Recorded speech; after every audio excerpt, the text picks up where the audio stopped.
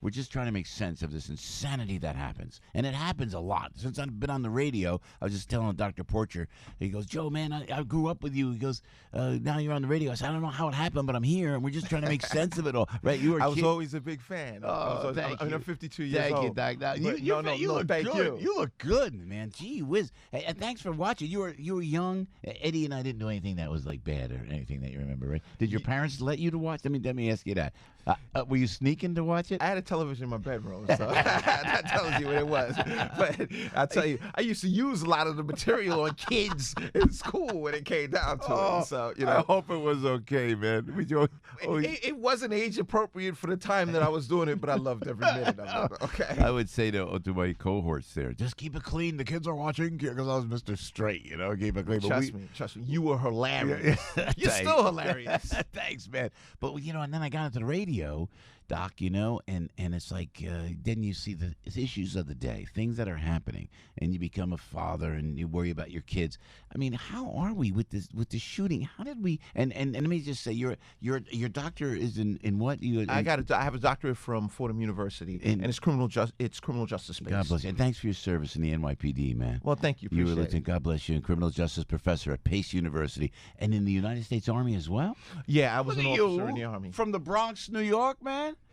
Come on. Two different wars. Two front war. What were you in the Army? Where were you? Did you serve? Oh man, it's weird. I did 4 years on active duty. So I want to say from 86 to 90, I was on active duty, and then after that, I did reserve time. But as weird as it may sound, my reserve time, I saw more things. Well, I want to say 16 years I was in the reserves. I saw more as a reservist than I did on active duty. Really? But, yeah. But just go. You fight your wars on set here too. So we're both fighting two sets of different wars. Yeah, it's so true. How did we get to where we are with all from you just observing the violence and then being in the Army and being a cop? I mean, what's going on? Why this violence that we see in America, do you think, Doc? Well, it appears as if this is becoming more and more the societal norm. When we look at these mass shootings, for example, it's one of these things that I feel that we haven't effectively reached a stoppage point or a choke point to how can we marginalize or minimize the violence. It just seems like it just continues to perpetuate more and more. Yeah. And like it's funny because when I listened to President Trump's speech yesterday, one of the things that he touted was video games, people playing Call of Duty.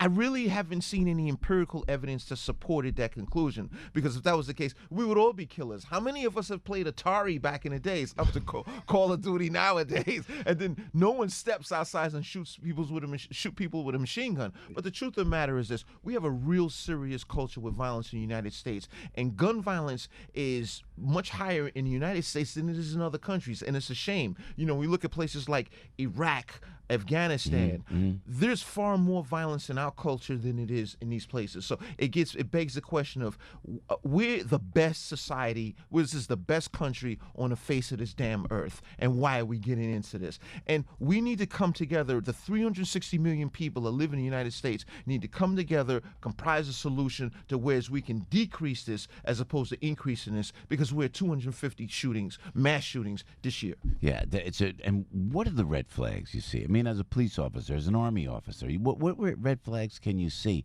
And if you're in school, we were talking about it earlier, if someone's making a hit list, I mean, and then talking about a rape list, for God's sake, like this creep in Dayton. I mean, if that's not red flags, how do we just put these people away so they don't? Something's going to happen. Are we too politically correct, you think, Doc? I think the PC culture has just gone over and beyond. Yeah. But one of the things is when you mention the red flags, there's a host of different red flags that we can see. Whenever you see, and I give you an example of the Nicholas Cruz shooting in Parkland in Florida. There were so many harbingers that were put out, such as domestic disputes, things to that effect. So we knew it. And what I go back to is the police and community relationship. You need to have that police and community relationship. And what we focus on is how we as citizens, common citizens, are able to introduce this information to police. And it's just not being done. So when you mention a PC culture, a lot of it has to do with, look, I don't want to hurt this guy. I don't want to seem as if I'm inappropriate by giving this information. information to police. But the truth of the matter is we need to have that binding police and community relationship because there are far more citizens. We're at 360 million citizens in the United States, and there's far less police. The police cannot get it done on their own. It needs to be community letting police know what's happening. And I just give you my examples. When I was in a police department, the gross majority of the arrests that we made were predicated on the information that we got from citizens. Somebody says, hey, look, John Brown is a guy that I believe carries a gun. Mary Smith sells drugs in the lobby. So when we go back to this this culture, this violent culture of these mass shootings, we need people to let police know that, hey, look, this is someone that has a propensity for violence. And you don't, as an officer, you don't necessarily have to go and lock that person up, but take a look at them. That's what we need to get done. The more cops take a look at people that have the ability, I should say the propensity for doing these things, I think the greater we are in marginalizing this stuff. But just interestingly enough, more of these plots are thwarted before they come to fruition than they go into execution. And we just don't hear about a lot of the stuff that law enforcement effectively tackles before it gets to that point. Yeah, that's a great point you make, Darrin. Dr. Darrin Porcher here, a retired NYPD Lieutenant Criminal Justice Professor at Pace University, former Army officer. You know what you're talking about.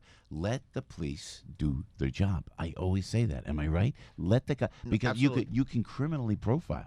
But they get after the police and they vilify the police nowadays. Let the police criminally profile. If, like they said, if the president said Muslim ban, oh, it's Islamic fundamentalist, maybe you criminal profile there.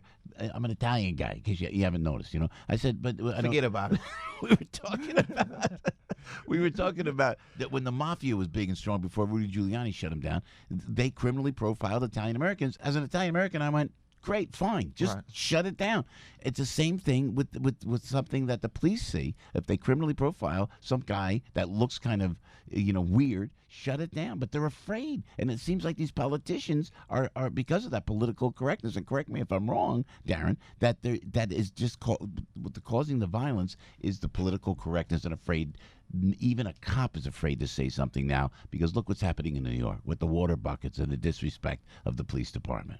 I totally agree. One of the things that we need to really take in consideration is the profiling aspect is you stopping people, searching them, things to that effect. And that was something that came up years ago. And we go back to the Clinton administration back in the early 90s. That's when the racial profiling laws were enacted on a national level from the federal government. The Department of Justice did a lot more looking into these and looking into these instances. And they set up these consent decrees with police departments that were based on the profiling. And that was the stopping and searching people. But it's not a profile if you just take a look at a person. If you don't stop a person, you just conduct a series of surveillance on that individual based on a tip that you receive. That's not a problem. That's really what police need to do more of. But it's just so unfortunate. And I give you an example of, I live in New York City, and we have the worst mayor on the face of this earth as Mayor Bill de Blasio. His leftist agenda has gone so far to the left that it's gotten to the point where the cops are afraid to do things. So when you take in consideration, as you mentioned, water being dumped on those cops, the reason why they walked away because they were scared to death to losing their jobs because they know the city hall didn't have their backs. But it goes back to how can police effectively surveil people? The truth of the matter is not hard because in New York City, for example, we have video cameras, cell phones, still cameras all over the place. The average citizen is photographed or videotaped 100 to 200 times a day in a place like New York City. The advent of technology has soared. There's no expectation in a private place. Therefore, one fortunate thing that the NYPD is doing right now is they have the ability to get into the video feeds with a lot of these establishments because they've established this partnership, and it goes back to the police and community relationship. That partnership allows the NYPD to get into a lot of these video feeds and capture those images. So when we see a lot of times, we're looking for this guy because he stole a bag. We're looking for this guy because he molested someone. That is a result, I should say, that is an effect of that relationship. But it just gets back to what you were saying. This PC culture is going bananas. Yeah, and also you got to give up some civil rights, do you? Do you think so, Darrin? You got to give up some civil rights, like if there's algorithms. I'm talking about algorithms. But you're talking about how Commissioner O'Neill and the stellar elite law enforcement agency that is the NYPD that you worked with as an officer, that they could keep this the biggest, largest, safest city in America. They could do that, so they're doing something right. Maybe we should take what they're doing across the country, and maybe you can criminally profile. Maybe you should use some of that technology, and I guess you got to put aside the political correctness and allow that to happen, yes? I mean, I agree with you. There's two things. We have to take in consideration the social contract. The social contract, what it does, it affords government the ability to remove certain rights from us. In return, they are going to government provides a sense of protection. A lot of those rights that are removed are you're incarcerated. Your right to move around freely is removed because we incarcerated you because you did something that was dangerous to society. That's where the social contract comes into play. So when we talk about when we speak to things of the profiling or taking away people's rights, it's not taking away people's rights. A lot of this stuff is detailed in the Constitution. The Fourth Amendment in the U.S. Constitution protects us from frivolous searches and seizures enacted by government. Granted, there are certain things we just can't do. A lot of, freedom of speech, for example, is not absolute. But this is all in the protection of us as citizens. And we just can't go overboard. I think we do a great job of it here. So when you mention taking the show on the road, this is something that's happened years ago. We go back to CompStat that was established back in the early 90s.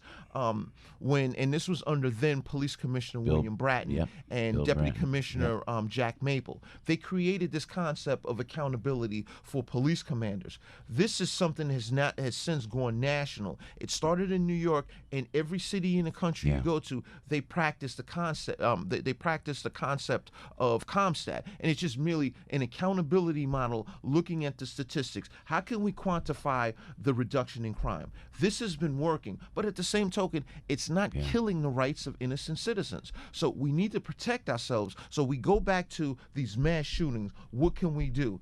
There's a multitude of different things that can be done, like social media companies, for example. It just when I look at what happened with 8chan, for example. Those of you that don't know, 8chan was the service provider that allowed this white supremacist the platform to introduce his rhetoric. They've since shut down as a result of this. But the truth of the matter is, we need to have that partnership with these social media companies. Whereas when they, as you mentioned, you use the term algorithms. If they need to develop an algorithm, whereas certain keywords come into the crossfire, it immediately gets shot into law enforcement. A person that is acting as an intermediary with law enforcement and the social media companies, they immediately gain that information. They shoot it I should say shoot it because that's a dangerous word now, but they send that information to law enforcement, and by law enforcement having that information, they can now effectively get to and interdict that person. Because when you look at the gross majority of these mass shootings, the shooter puts out these manifestos before he goes in out. Parkland. Right, you made exactly. the point in Park. What was that? Whether the it was red flags were all over the place. whether it was Virginia, whether it was what happened here in Texas. The gross majority of these mass shooters put out these manifestos, and then they go out and commit to the carnage. We see the same thing that happened in New Zealand. So therefore, it begs the question of why haven't we executed on this strategy moving forward? And I think that's a germane component in moving forward. Bingo. Hey, Dr. Darrin Porcher. Darrin, you are great, man. You got to come back. I would love to. Joe, you were my idol when I was a kid. I mean, I can't believe that I'm sitting down with Joe Piscopo. I'm dead serious.